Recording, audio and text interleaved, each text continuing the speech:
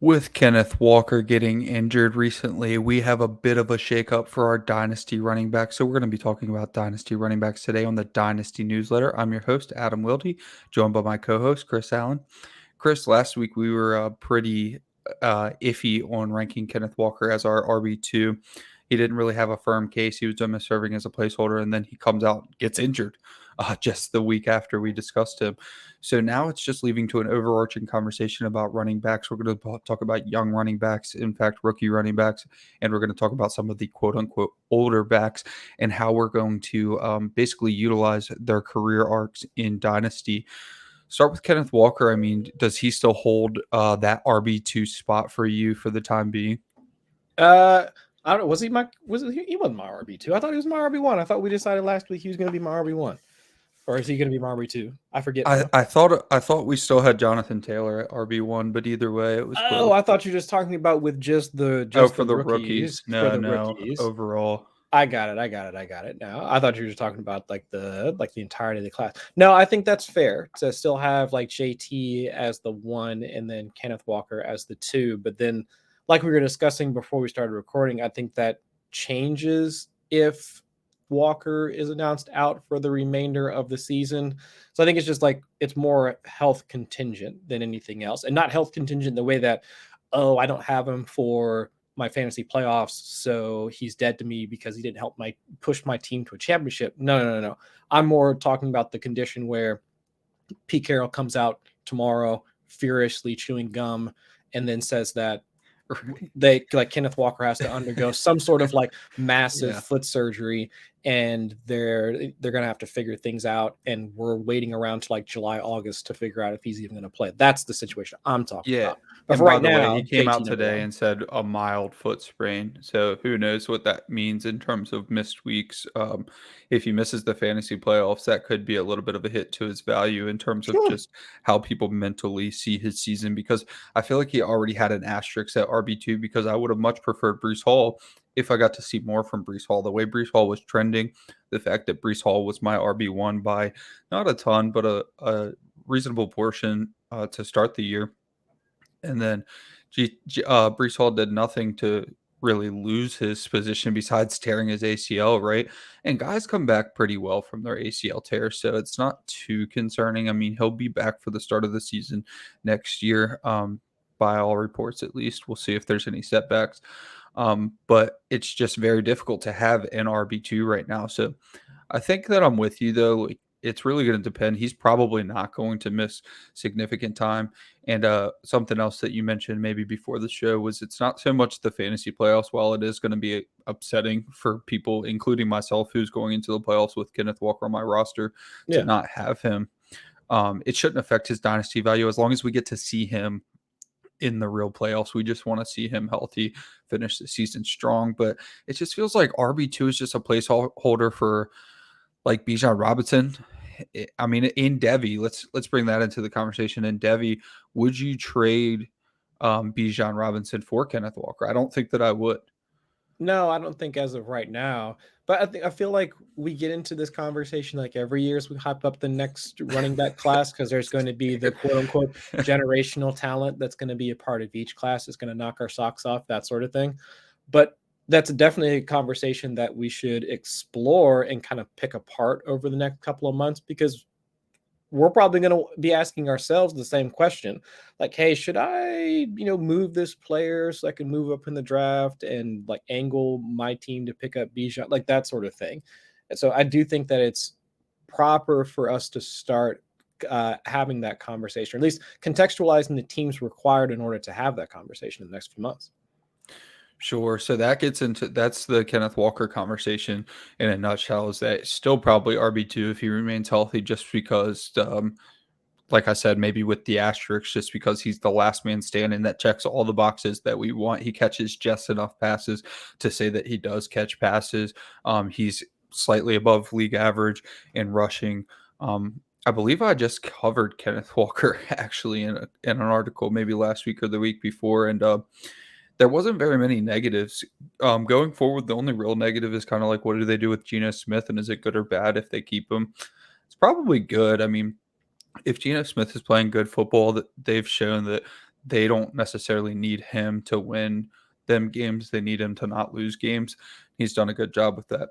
The next player that we're going to talk about is an interesting situation because in basically every instance ever, it's been a good idea to steer clear from these type of players, but you're going to get in that 1 in 100 time where it really panned out for you. So Dameon Pierce with the 4th round rookie playing for a terrible team, but getting basically all the work for them. I mean, Dario Gumbawale made his triumphant return, it looked like, a couple times last week, but for the most part, it's been Dameon Pierce's backfield. It's just so hard. And every year people get so disgruntled on Twitter for this conversation. We have somebody like this every year where it's like, okay, they were a 4th or 5th rounder. They were really, really good. And then like James Robinson, and then they just struggle. They like, if a 2nd round pick has James Robinson's career, he's still a Jaguar. I mean, and he tore his Achilles, so that changed things up a little bit. But it really just is so difficult for those guys to hold on. So if you want to bet on Dameon Pierce, I mean, you can go ahead. I think he's fantastic. I love watching him, but like, where do you kind of fit Dameon Pierce into your rankings given his draft capital and team environment? Still top 20 for me at this point. And if you look at the other veterans around him that you would probably want to stash at this point, I mean, Dameon Pierce or Miles Sanders for you.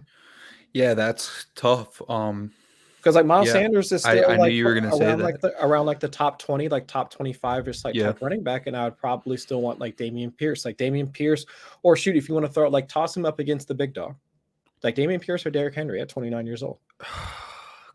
It's close, right? 4th round rookie. It's so hard because you could have nothing in Dameon Pierce, but you could also have nothing in Derrick Henry, should he choose to retire or just doesn't return to form. I mean, he's not even in form right now. Right, and you can still get RB1 weeks out of both of them, and it's not even just like their outlook. It's not even just like their seasonal outlook. But if you hone in on just like the week to week standpoint, like for both of them, you can get a RB1 week out of Dameon Pierce. You can get an RB1 week out of Derrick Henry at this point. I'd argue you don't have the same ceiling, but that's just because the Texans are absolutely miserable, and hopefully they can draft a decent quarterback next year and maybe aren't so miserable. But that roster is like one of the worst rosters in the last 20 years, so they might not just be a quarterback away. But either way, the crazy thing is, and this may be right or wrong, it's just that if Dameon Pierce was a 3rd round pick, this conversation is so much easier. And that's historical data. So people get so mad at that. They're like, well, it's only 1 round. How's it influence your decision making that much? Well, it does because of historical data. The percentage is probably the difference between like a 22% hit rate and a 7% hit rate, right? So yeah, big difference. Sorry. Like, I'm sorry about it. I like Dameon Pierce too, but I think when you get into those situations with like Miles Sanders, not quite as old, but Derrick Henry's a very good one to mention, you probably just roll the dice with Dameon Pierce and take your 7% chance, because otherwise you're riding into the sunset with Derrick Henry. And if you're competing for a championship, maybe you want to do that, but 7% chance is enough to take a 5-year discount.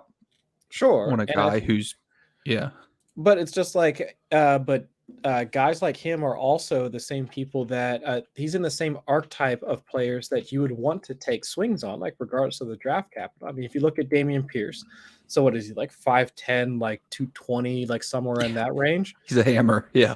Dude's a hammer. Like so let's say take away the names, or well, not take away the names, but let's say swap Dameon Pierce and his situation in Houston, and then what if a similar late round pick like Khalil Herbert got plopped into the same situation? Everybody would be ogling over like Khalil Herbert. Tony Pollard too, right?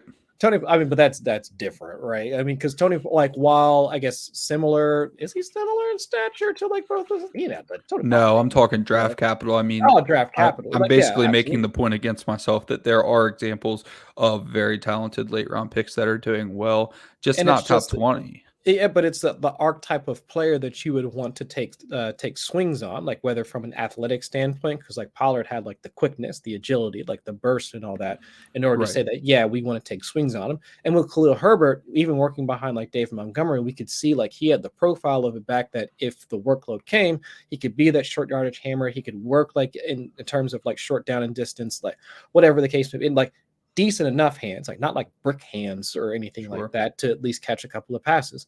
Same thing for Dameon Pierce, right? I mean, short down in distance. Could be a decent pass catcher out of the backfield if put into the right situation. And lo and behold, you give him enough volume, or you put him in a situation where he's working behind an older veteran and Rex Burkhead. Really, no other running backs of note like on the roster that you care about. Dario Ogunbowale, like notwithstanding. Like that's the archetype of player that I would want to take swings on. Because like if they had drafted, oh my gosh, like just because I said the name out loud, if they had drafted a guy like Dare to that team, I wouldn't have been like, oh yeah, let's go out and roster. But he doesn't carry that same archetype. So it's just Yeah, that's if fair. you look at the physical traits, and then also you look at the situation, it's the combination of the two. I mean, which has always been the case, right? Like for fantasy production, it's not just about the player; it's about the player, their situation. I mean, with the team, I mean, with the Texans and their situation needing a running back, and also the amount of opportunity that he's going to be seeing as well. It's like the intersection of those three things, and then we knew that Dameon Pierce could be a productive runner. We knew the Texans needed a star running back. And then also they were going to give him a star running back's workload because they don't have the ability to rely on their receiving options right now. Brandon Cook's at the tail end of his career. Nico Collins, like really just a slot receiver, no other outside weapons, no tight ends. So it's just all of those things that kind of worked in Pierce's favor. So it's not just about Pierce and his draft capital and all that. It's the combination, it's the confluence of all those factors that kind of get us to, I mean, relying on that archetype of back in order to really accentuate the fact that he falls into that situation. We had this conversation a few weeks back when we started talking about running back archetypes, had a pretty deep running back conversation, and we mentioned that talent might be the smallest piece to the pie for running back. Talent might be only 25%, and then 75% is split between environment and opportunity. So that's definitely a factor as well. And Pierce, like, this is why people can nitpick on like historical hit rates because every player's different, every person's different. If Dameon Pierce was utilized in college, how he should have been, because nobody, even the best college expert, the best Florida expert, has no idea why Dameon Pierce wasn't utilized more heavily with the Florida Gators. And maybe his draft capital was better, or maybe he deserved to have better draft capital because he was more talented than he was able to put on tape. But we're never going to know that. And that's why I'm comfortable missing on some players when I know what the hit rates are on certain rounds and etc. And you're definitely going to miss on some guys. With that being said, Dameon Pierce has shown enough. He's probably going to be 1,000-yard rusher if I'm remembering correctly. At this point, if not going to be close, he's definitely going to get there in scrimmage yards, I'm sure. He's got like 850 on the ground, if I'm remembering right at this point. Yeah, so he's probably going to get there. So, and like I said, James Robinson, if he doesn't tear the Achilles, maybe we're having a different story. But they already brought in Travis Etienne, and then that's another situation. Like, would any other regime have brought in Travis Etienne? Who really knows there? But the point is, it's very difficult for late round running backs to keep their jobs. All that being said, Dameon Pierce probably a top 20 back just given the environment. And then we're going to talk about two other backs that you would prefer to put over Dameon Pierce, but they have no claim to that title. So bring Rachaad White and James Cook into the conversation. Two players that if you're going to try to invest in soon, you need to do it because they are just waiting to be top 20 backs. I mean, they have the talent, they have the environment. They have not gotten the opportunity yet. And that's a big piece of the pie chart, just like we just talked about. So with Cook and White playing right now actually is probably in a situation where he's already, trending up, getting more and more difficult to acquire. But James Cook is still in a situation where things could turn around really quickly for him, and he will be propped right into the top 20 just because of running back landscape alone. Oh, yeah. And with James Cook, I feel like they're always, especially on social media, there's always going to be that time where you're going to see this tweet, and I'm almost guaranteeing it after this week's game. What the Bills play the Jets this weekend, if I'm remembering correctly, there's going to be like 5 to 10 tweets saying the buying window for James Cook could just slam shut. Like I can almost guarantee you there's going to be at least like one of those tweets like coming out like on Sunday, just given the workload shift that we saw towards his way this past week when they played against the Patriots. We saw higher targets per route run for Cook over Singletary, just more work on short yardage, more red zone touches, and all of that. I mean, still, while the game was competitive, I'm not even looking at the entire game. I was just writing Right. this up for a Football Guys article, which will be out on Wednesday anyway. So go ahead and peep that when you get a chance. But either way, fantasy managers, folks that drafted James Cook have been looking for a reason to at least have some hope. And he was averaging 20-30% of the snaps throughout like the majority of the season. So to see that shift finally, especially now with so many things surrounding Josh Allen's elbow injury or whatever you want to call it, I think it lends more credence to the idea that we're going to see more work going towards Cook's way. So like now or the next like 4 to 5 days is probably like your last chance to pick him up, because afterwards, anybody that drafted him is going to be like, no, I've seen it. I've now seen it twice. The Bills are going to the playoffs anyway, so they're going to need him like over the next like few weeks. I never liked Devin Singletary anyway. That's probably what they're going to say. I like Devin Singletary. I think he's fine. But just like there's going to be so many reasons why Cook managers are just going to plant their feet firmly on the ground and not want to do a deal with him at this point. So it's just, if there's a chance to acquire him now, even though to me they're double counting because Devin Singletary is a free agent after this year. They drafted Cook with the second round pick anyway. So it's just, there was always going to be some sort of transition at some point. I mean, it's just like this was going to happen. It's just we expected it sooner rather than later.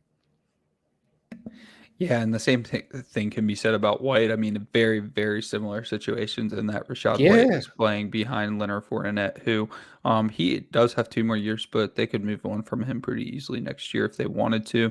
So very similar situations. And I could see the same tweet for Rachaad White. I could see it at the end of tonight. I don't know. We haven't been watching the game really, but to see I don't Rachaad have a White notification on my phone yet about. yeah, he hasn't scored 100 points, so I'm not rich on Showdown yet. But yeah, Rachaad White is in a position to really take over in a productive offense. And, who knows if Tom Brady will be the quarterback next year? They may have to figure that out, but that could change his environment piece of his pie for sure. Yeah, and I think that's a whole other conversation, right? Because like if Brady's not there, then I guess that's they're not in a position to draft a quarterback. So yeah, but like, do we even care about Rachaad White at that point? I mean, honest question, because I have no idea. Because if Brady's not there, well, then it's just Dameon Pierce, but with better draft capital. So then, do we care? Actually, that's not fair. The Bucs roster is significantly better than the Texans quarterback with so I guess standing. We would care then, right? So yeah, their offensive line's still decent. It will be without injury. So next year, I'm just wondering how many guys they have. Like, that's a trip down like Spotrac lane to figure out how many guys they would like. So let's say if Brady, how much of the band can they keep together is really the question, and how much of them want to stay. Because if some of those guys are just on contracts through the remainder of the 2022 season, would they even want to come back if Brady's not there? But that's good news for White because Leonard Fournette probably falls into that category of people who will not be there if Tom Brady's not there. Oh yeah, he'd probably retire on the spot. I mean, he got fat like over the off season, so just take his. According to him, he gets fat every off season. But yeah, take his butt back to the 7th Ward in New Orleans and let him eat whatever he wants to, man. All right, so before we get into some of the older guys, let's talk about who we are, where we come from. We are the Dynasty Newsletter. We come from the Football Guys newsletter with contributions from Cecil Lammy, Sigmund Bloom, and then Joe Bryant will bring the newsletter straight to your email. So if you missed anything on Sunday, if you missed any of the Red Zone because you had to go grocery shopping, anything like that, one email will catch you up on everything that you missed that week. So you don't need the notifications from every little application out there. You just need one email that fills you in on everything you missed. And then Chris and I will take some tidbits from that. We'll gather a theme and we will bring you the Dynasty Newsletter with anything that was pertaining to Dynasty that happened over the previous week.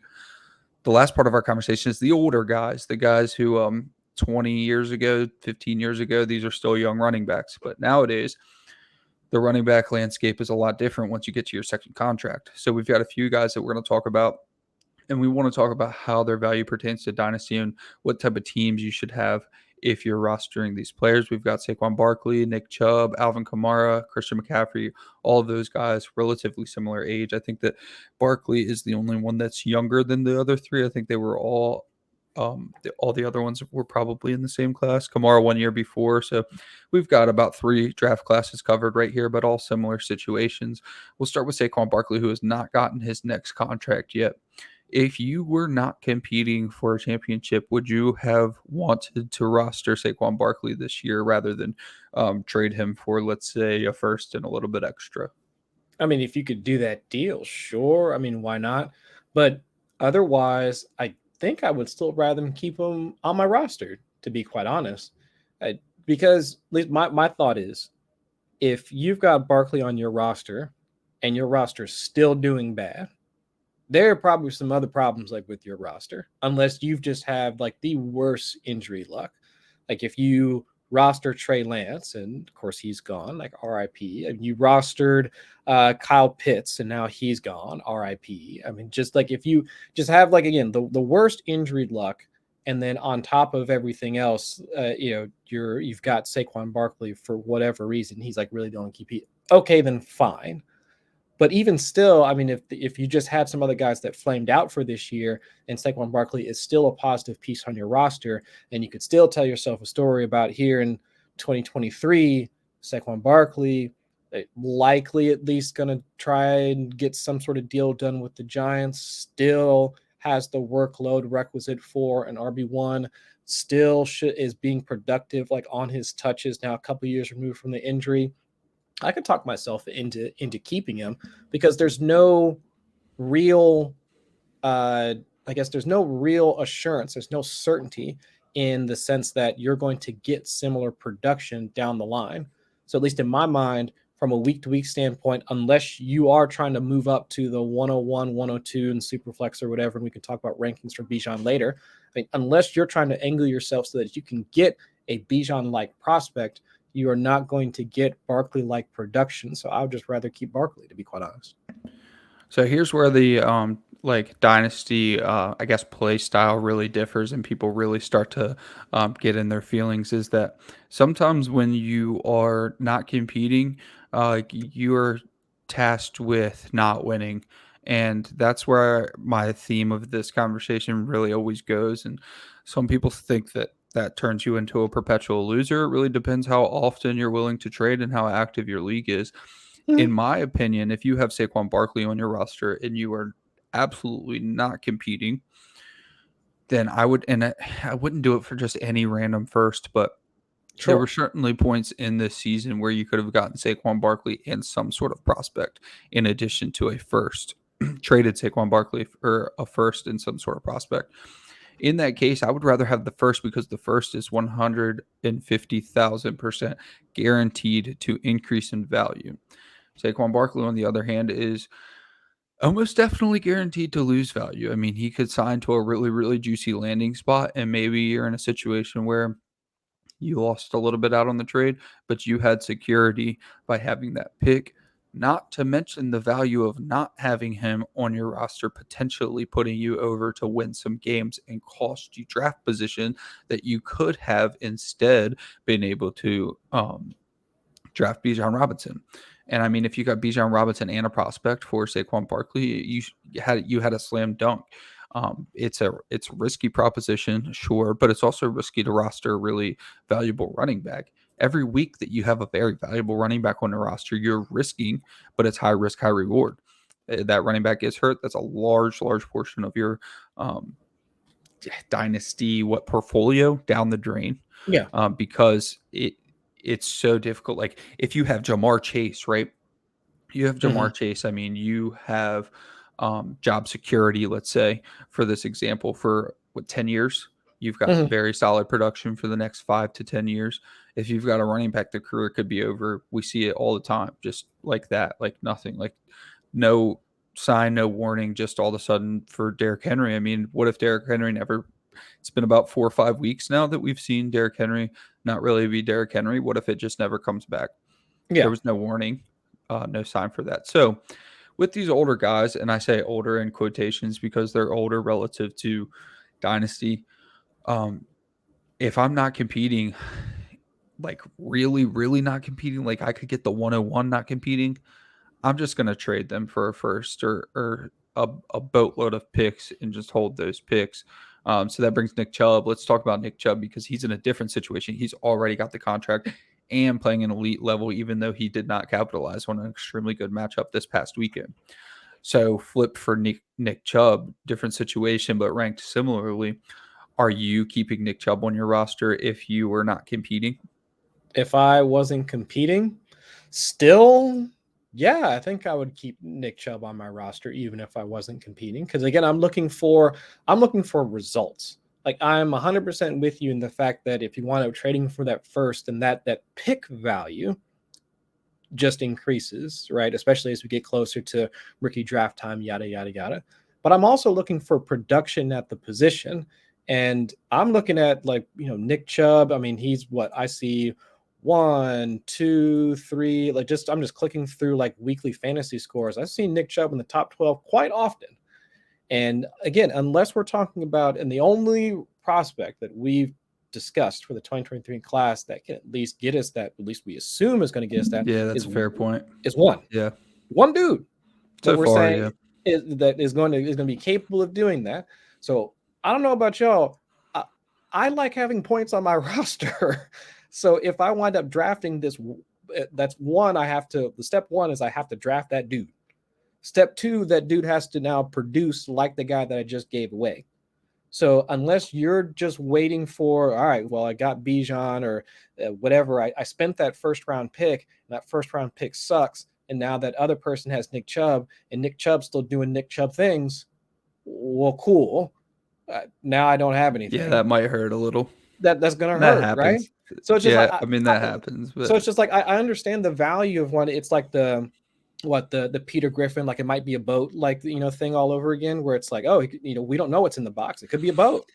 That is a fair point, but my rebuttal is that you could say the same thing, that the boat is getting the 101 pick, and Nick Chubb may or may not impede your chances of getting the 101 pick by winning you your final week. So it's like, you know what? I want to keep Nick Chubb, even though I'm losing quite a bit of games and I'm vying for the 101. And then Nick Chubb goes off for 35 in your last week. You get the win, and now you don't have the 101 pick, and you're like, I should have checked my league's tanking rules and seen if I could have sat him, because that would change everything. By the way, preface to this conversation, the point that I'm making, if your league just lets you just sit these players, that's definitely a viable option as well.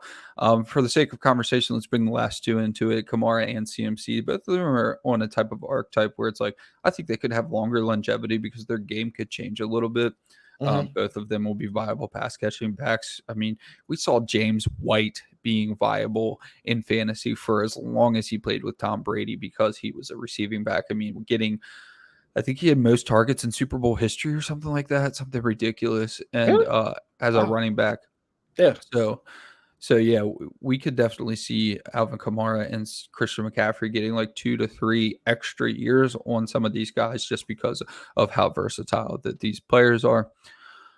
I'm a little more inclined to keep players like Kamara and Christian McCaffrey, especially since with all these asterisks we're giving out at the running back position, Christian McCaffrey could just be the running back too. And I believe at Footballguys, I think we have him at the running back 3. I think we still have him right around the first round. So it's not that insane.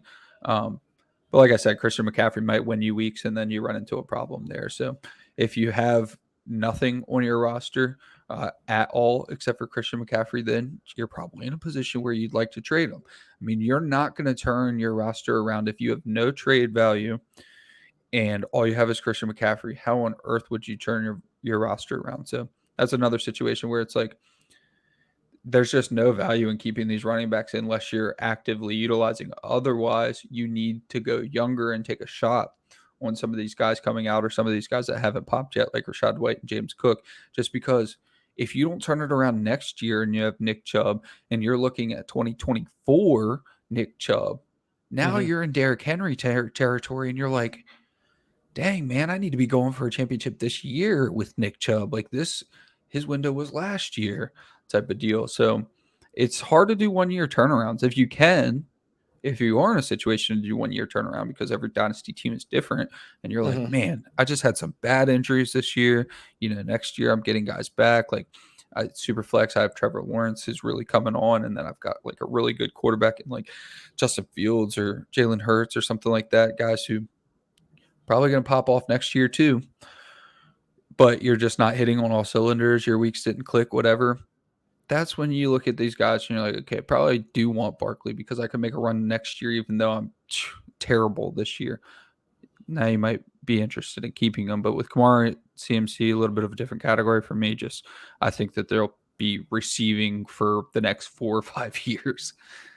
Yeah, I guess going back to my point is how much production either now or later can you really bank on compared to what we can at least reasonably expect for Kamara like moving forward. So it's like Kamara at this point, how old is Kamara? 27, he'll be 28 or something along those lines. Like once the next season gets kicks off. I'll check it out. I think 27. Okay. But like, okay, so I'll throw a couple of trades out at you and see like where do you fall on? Because if you're on the I want to get pick side of things, like which is fine. I mean, do you like these picks? All right. So Alvin Kamara for Jacoby Myers, a 2023 first and a 2023 second. You cool with that? Yeah, give me the first. Okay. Alvin Kamara for a 2023 second, 2023 fourth, 2024 third, 2024 fourth. No. Don't talk to me if you're not going to talk about a first. I mean, these are legitimate trades. Alvin Kamara for Javonte Williams, straight up. Ooh, probably Javonte. Okay. Alvin Kamara for Khalil Herbert in a 23 second. Give me Kamara. See, that's what I'm saying. These are legitimate trades that have gone down, like using a trade finder from a friend of ours, that we know of. So it's just like, these are legitimate trades that have gone down. So it's like, I kind of like Alvin Kamara in those situations because that's how people are. But anything that included a first was like, yeah, give it to me. Yeah, sure. And there are a few of them that do that. So again, that's where in the context of what you're saying, if there's a first involved, sure, I will. And if it's a legit first, I'm not talking about the 110 or something like that. I'm saying it's got 103, 104, minimum. But outside of that, so it's just like first. Well, you're probably not getting the issue. The reason we talked about this weeks ago before it was too late is because you're not getting the 103 on purpose for Alvin Kamara. After the season, nobody in their right mind is giving you the 103 for Kamara. But in the middle of the season where they think their team is good and they think they're an Alvin Kamara away from a championship, they don't think their pick's going to be a 103. And that's why they'll trade you their first. And then it ends up being the 103. That's why we talked about it like 5 weeks ago.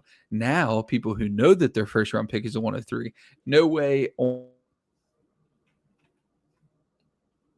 Well, no, they're not trading for it at that point. Yeah. Yeah, exactly. If they have the 103, like Alvin Kamara completely off their radar, nothing you could say or do. Like they are not taking your voicemails. They're not answering your text. They're keeping the 103. Probably the same thing with CMC. I mean, like probably, yeah. Probably, yeah. And in non-super flex, the 103, probably not. Probably take the 104 is probably where the conversation would start. So, that just goes to show you if you could have acquired those first round picks earlier in the season for some of these older backs, that's not to say that they're never going to be valuable. Like, could Kamara take you on a run next year? Yeah, absolutely. It's just, is your team around him going to be in position to go on a run if you keep him or trade for him is really the question of the whole podcast. If it is, you got to answer that question yourself. You have to ad lib there. If it is ready, then yes, by all means, keep them. Yeah. But otherwise, look to these backs. You could take the ambiguity that we've got around Walker, Pierce, Cook, and White and flip it on a positive. If we're giving asterisks to these guys because we really just can't say definitively where they should be valued, then maybe they're valued too low. And maybe that's when you flip one of these older guys for one of those guys. And Javonte, I mean, that was an excellent example too. Javonte being injured. People are just going to forget about him. That would be a good flip option as well. Right. It just depends on where your team is at. And also like what type of player are you aiming for in next year's draft? If you're looking for that instant production, like if you want to just flip any of the running backs we're talking about. So if you want to flip Saquon's production for another running back, if you want to flip Kamara's value for another running back, or then, if you want to toss in CMC too. But if you're trying to flip their production and instantly pick up similar production, or even like 75 to 80% of the same production like the following year, then like we just mentioned, like you're probably just talking about like 1 to 2 options. So that limits like the types of picks that you're aiming for. And so it's just, you have to really figure out like where your team is headed and then what you're trying to aim for. Like when you say like, I'm just going to get a first. Well, it's like, well, why? Like, what are you trying to do with the first other than like the fact that you just get an extra first round pick? What are you trying to do with it? And are you going to get similar value for the player that you just gave up? Well, I think also in the conversation that should get thrown in before we get out of here is that when you trade for that first, you also insulate your value. Nothing can happen to your first. Your Christian McCaffrey could slip getting out of the shower, tears ACL, and change everything. Your first round pick cannot slip in the shower and tear its ACL. So you definitely do insulate your value, but it's still on a team by team basis. So that's going to do it for today. Thank you all so much for coming out. This has been the Dynasty Newsletter brought to you by Footballguys.com. Please check us out on Spotify. We've got our own channel over there. Like, subscribe, rate, review, and do all that YouTube stuff. And we will catch y'all next week.